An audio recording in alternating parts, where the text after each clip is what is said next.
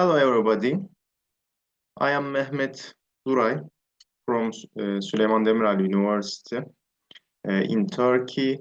I am one of the member of uh, the project that named Clinical Care for Electrical Stimulation in Physiotherapy and Rehabilitation. I told about the previous section a little about our project. Our project was founded by Erasmus Plus program of the European Union.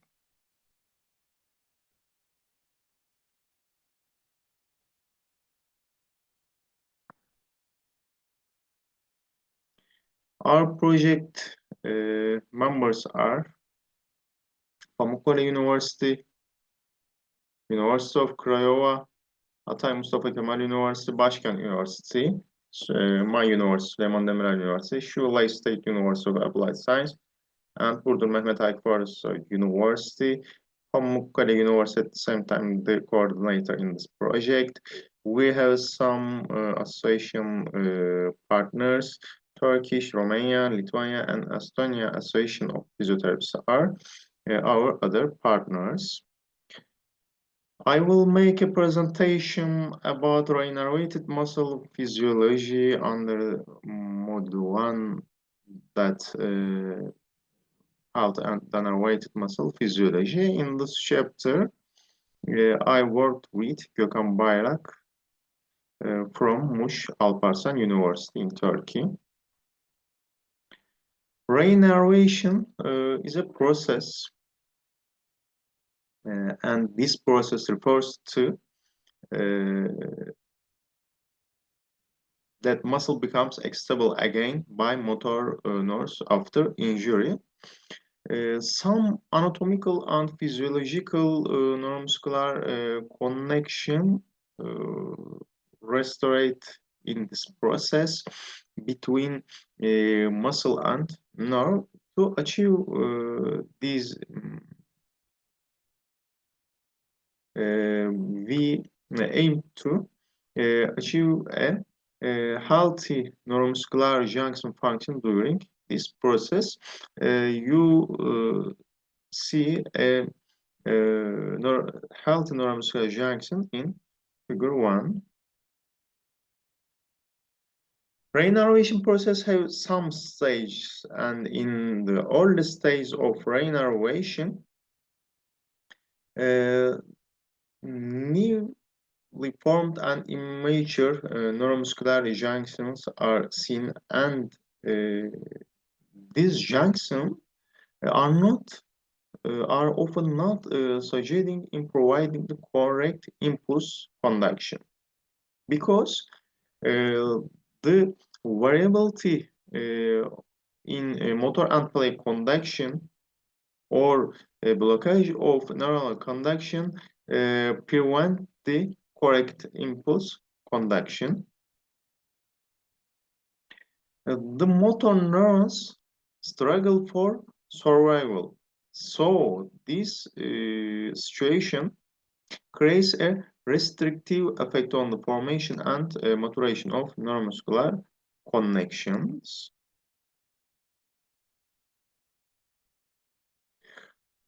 You know that the nerve injury is classified according to different classification, but one of the most important classification is partial nerve injury and complete nerve injury. If we have a partial nerve injury on our hand, muscle re-innervation is provided by the axonal collateral sprouting. To reach the muscle after injury, the peripheral nerve attempts to find a way toward the muscle by forming new sprouts from proximal axon and to regenerate immediately. And if no tissue such as necrosis that can occur in the terminal axon, newly developing neurites sprouts and head toward the muscle they innervated before. The second stage, the degeneration, the other stage is the degeneration stage. The stimuli with the potential to create new functional connections are sent to the muscle fibers in the maladaptive neural plasticity. The maladaptive neural plasticity is harmful for the nerve, and the physiotherapist, especially physiotherapists, don't want to meet a maladaptive process. In this process, the muscle is endeavored to be re-innervated using in a different pathway. In addition, collateral spurs may create new functional junction points more proximally to the neuromuscular junction, and a re-innervated muscle has difficulty restoring its existing mass to health level and regaining its former functional capacity due to the inability of neuronal connections to innervate the entire muscle fibers after injury. There are some membrane changes in the re-innervation process. We know that some fibrillation potentials are seen in the innervation process, and the irregularity in the membrane potentials is responsible from the fibrillation potentials. In re-innervation process, with the reduction of muscle atrophy and completion of autonomic axonal switching, the reduction of fibrillation potentials is seen. We want to decrease the fibrillation potentials because that are very important markers of degeneration. Calcium-dependent processes increase the probability of neuron survival as the muscle cell membrane enters the depolarization process in the re-innervation phase. However, it shouldn't be forgot that if the intracellular calcium level rises much above the normal, healthy normal, during the re-innervation phase, this may cause neuronal death. This is very important for us. In terms of cellular changes, some enzymatic activity changes are seen, especially fiber type grouping is very important for us. This refers to grouping of histochemically alike fibers in a re-innervated muscle is part of the reorganization that occurs in the motor unit structure. During the re-innervation, we know that some changes occur in the myofibrillar protein isoforms, regulatory proteins, enzyme activity patterns related to the proteins and energy source involved in calcium ATPase and calcium uptake. All of these changes contribute the transforms between the slow twitch and fast twitch muscle fibers. We told about this grouping in the innervated muscle physiology. Let's remember it. In the innervation process, the slow twitch fibers transform to fast twitch fibers. But in this process, re-innervation process, with the increase in oxidative capacity, fast twitch glycolytic fibers begins to transform slow twitch oxidative fibers. And some metabolic changes are seen in the re-innervated muscle, while the denervated muscle fiber size and shape after re-innervation, the existing satellite cells in the cell nucleus are preserved. However, the denervated muscle fibers can't return to their pre-injury size. This suggests that there may be a limit for the proliferation capacity of satellite cells. The decrease of axonal supply is seen as an important factor for the muscle to regain its strength regenerating abilities. After denervation or in re-innervation process, a new muscular reorganization is seen, and muscle fibers are re-innervated by collateral spurs from intact motor units. These newly formed neural collateral strips are unmyelinated or thinly myelinated. You know that myelin is responsible from the neurotransmission conduction speed. So unmyelinization or thin myelinization causes to slow neurotransmission speed.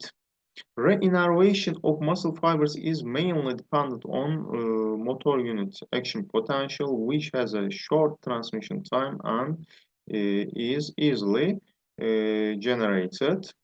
You can see the re-innervation and regeneration in a neuromuscular junction in figure 1.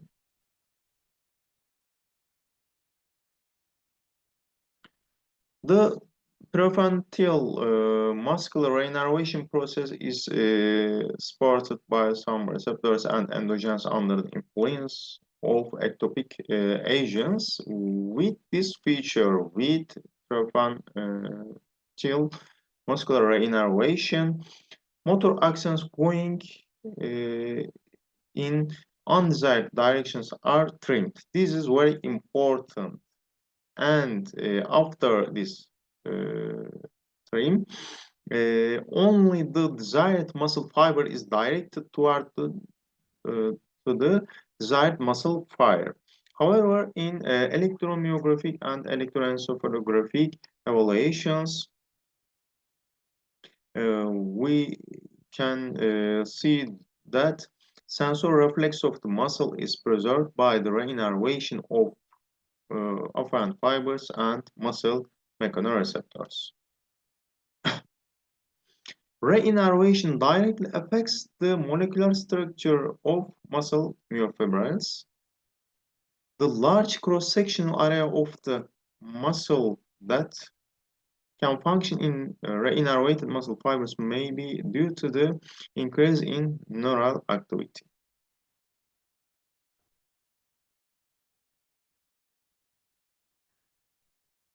Yes, in re-innervation process, there are newly formed neuromuscular junctions, but these neuromuscular junctions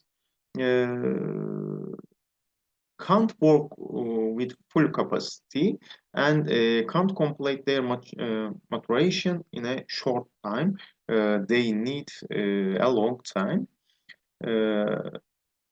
So a decrease in response to repetitive neural stimulation may be observed in these junctions. In addition, the regenerated nerve fibers included in the surgically repaired nerves after peripheral nerve damage may misdirect and lead to targets that they didn't stimulate before.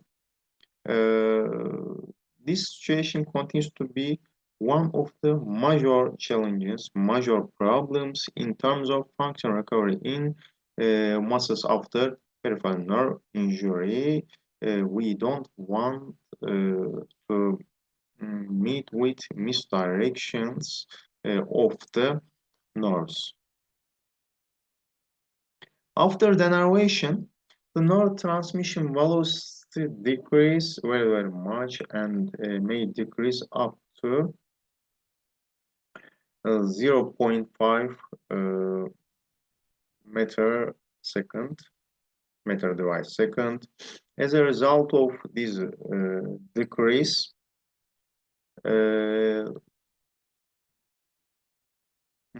improvement in neurotransmission velocity within the muscle fiber may not be achieved despite nerve regeneration. These indicates that atrophied small muscle fibers may not be receptive to regenerated actions. Some changes are seen in musculospinal and congenital organ. Also, we know that in the denervation process, a rapid degeneration process occurred in musculospinal and decline in the number of tension receptors cause an abnormal tension response in musculospinal, and these affect negatively the daily life activities, functional activities. Sometimes an increased stretch reflex is encountered. Sometimes a decrease in stretch reflex is observed. Increased stretch reflex is seen in the situation of upper motor neuron lesion, and decrease in the stretch reflex is observed in the situation of lower motor neuron lesion. There is no direct apparent connection to the Golgi tendon organ unlike the musculospinal. So the level of functional recovery of the Golgi tendon organ in muscle after re-innervation is lower compared with the musculospinals. In re-innervation process of muscle, not all of the musculospinal and Golgi tendon organs can be re-innervated. Almost between 50 and 67% of the spinal organs can be innervated. So the inability to achieve an optimal tone induces difficulties in daily living activities because we need healthy musculospinal and Golgi tendon organs function and activity. This is very important for us. Muscle cell apoptosis, an intracellular mechanism after denervation, we know. In post-denervation muscle atrophy, the release of apoptosis-related proteins increases particularly. Considering the destructive effect of the apoptosis mechanism in the post-denervation muscle atrophy process, the importance of re-innervation in terms of protecting the muscle structure becomes more prominent. After the denervation, re-innervation doesn't occur in the whole muscle fibers like muscle spinal and pelvic tendon organ, and these result in muscle weakness and also uh, insufficient endurance. The stimulation of muscle fiber in this process slows down the process of atrophy and muscle weakness. This is very important for us. With the re-innervation, the muscle strength is gradually restored firstly, and the first restored muscle type is isometric tetanic strength of the muscle. A normal relationship between muscle fiber size and strength is not observed during the early stage of re-innervation. As soon as re-innervation is achieved, the muscle fibers a bit more atrophied, producing less power.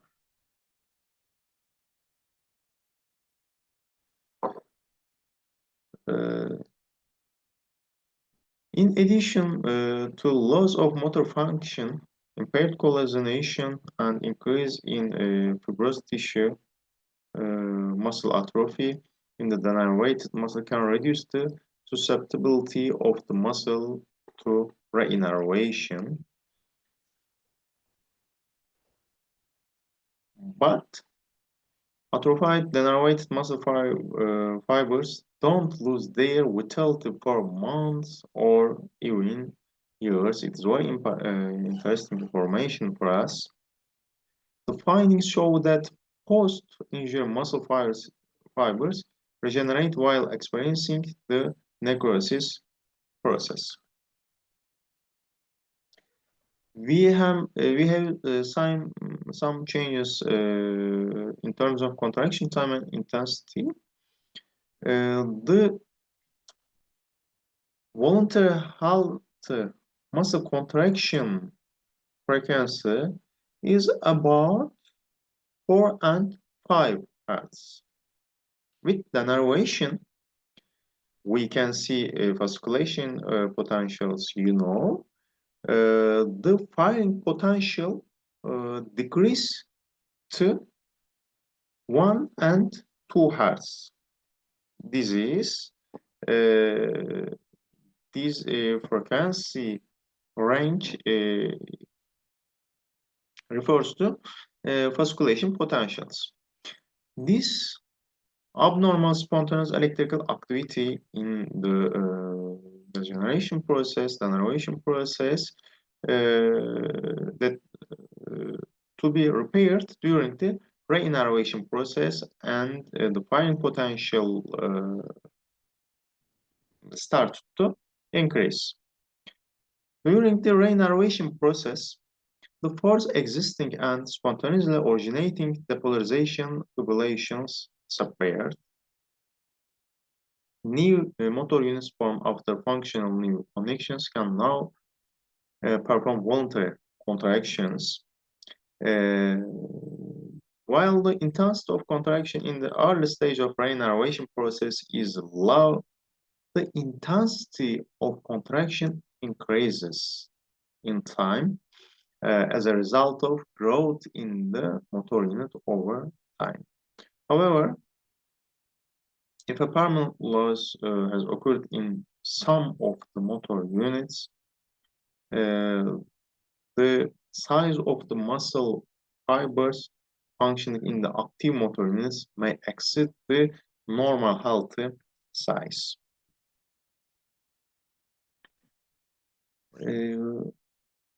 We told about the muscle fiber type change in the previous slides. The proportion of the of type 1 and 2 muscle fibers in the muscle may be altered. We told about this.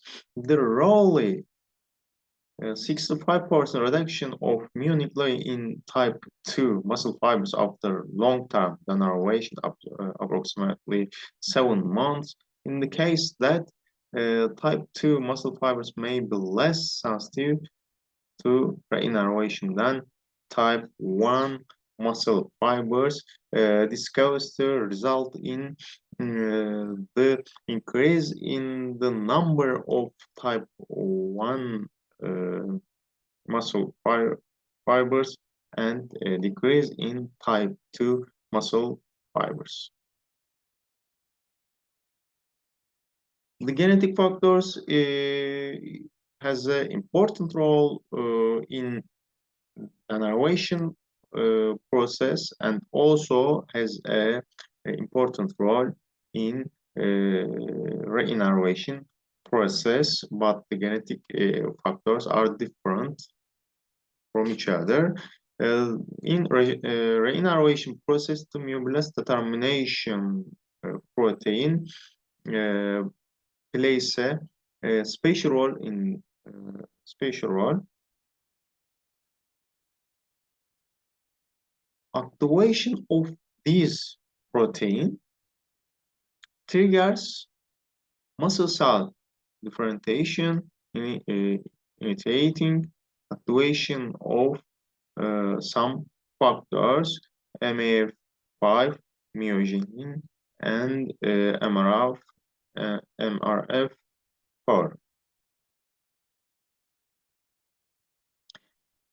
Especially triggered myogenesis facilitates the differentiation and regeneration of muscle tissue.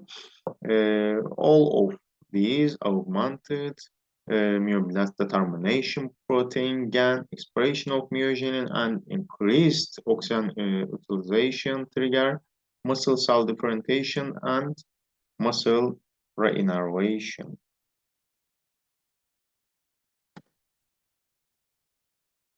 Therapeutic interventions in the re-innervation process reduce the activity of superoxide dismutase. The reduction in the activity of superoxide dismutase decreases oxidative stress. Mutube with these interventions, mutube hypertrophy and increase in mTORC1 and ARC1-2 activity are seen. The transport of glucose transporter type 4 to the plasma membrane increases. Glucose consumption also increases.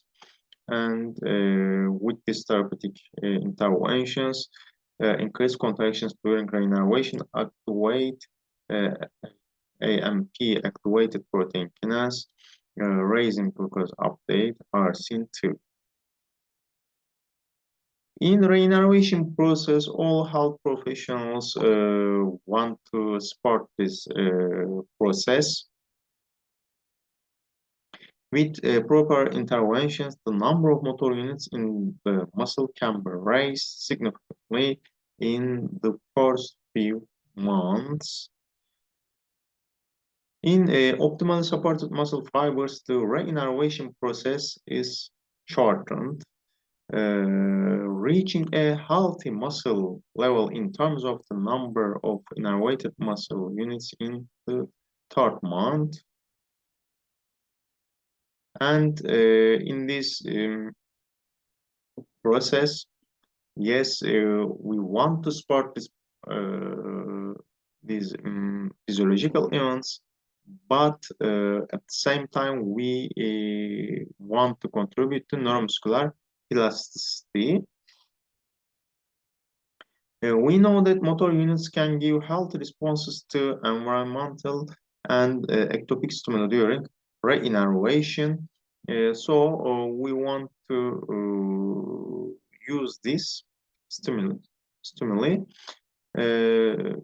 After nerve injury, randomly extending axons may begin to innervate different muscle fibers located other than the motor unit. This can be this can affect negatively to the recovery.